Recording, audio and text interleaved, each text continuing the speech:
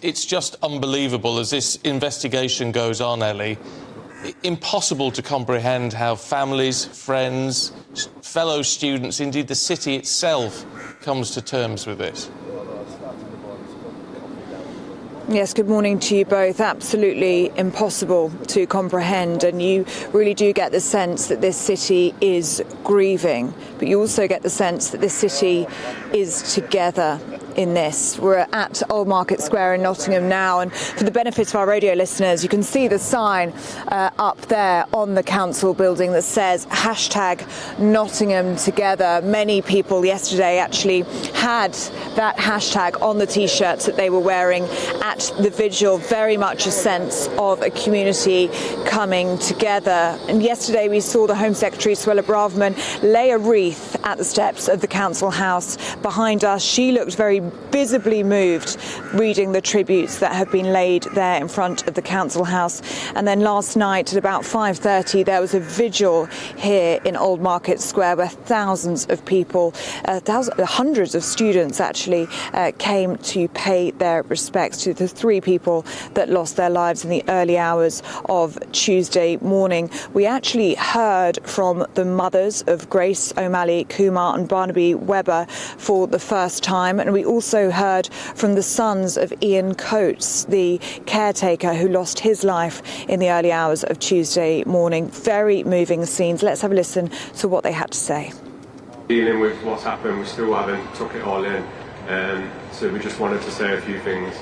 My dad was an avid fisherman, he loved his family, and he also loved his forest, the Ures. The monstrous individual who has shattered so many lives will not define us, and I know he will receive the retribution that he deserves. However, this evil person is just that. He is just a person. Please hold no hate that relates to any colour, sex or religion. It just is truly so unfair. But I'll echo what my husband said yesterday. Be kind to each other, look after each other. Don't have hate in your hearts. I mean, many people will be listening to that and feeling very moved by it, but they'll also be asking, how can you possibly use that time to send a message of love? How can you stand there and speak so beautifully? And I think many people left here last night, left that vigil, feeling very inspired by their example, the example of those very, very brave families who spoke last night. Well, meanwhile, of course, the investigation into what happened in the early hours of Tuesday morning continues. That includes CCTV gathering, forensics, eyewitness accounts, and also searching a number of properties in the city.